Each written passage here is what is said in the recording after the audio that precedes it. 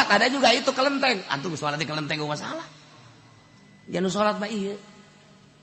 Sholat Allahu Akbar di kelenteng orang. Sing hade begong si pacoyna hudang. Nah, jadi makin luhur teh makin bebas, makin teu bermasalah. Dik naon teh masalahkeun ai urang bae ulah nyaritakeun batur. Eta mah urusan batur, urang bae ku ari mah geus datang ka mana ibadah ka Allah. Nah, kos gitulah jelema ngan eta kan hese hayang datang ka dinya teh urang mah kababawa ku pikiran-pikiran luar.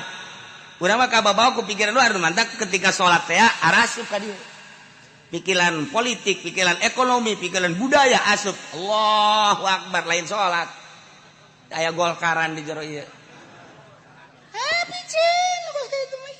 Allah, Allahu Akbar, beres.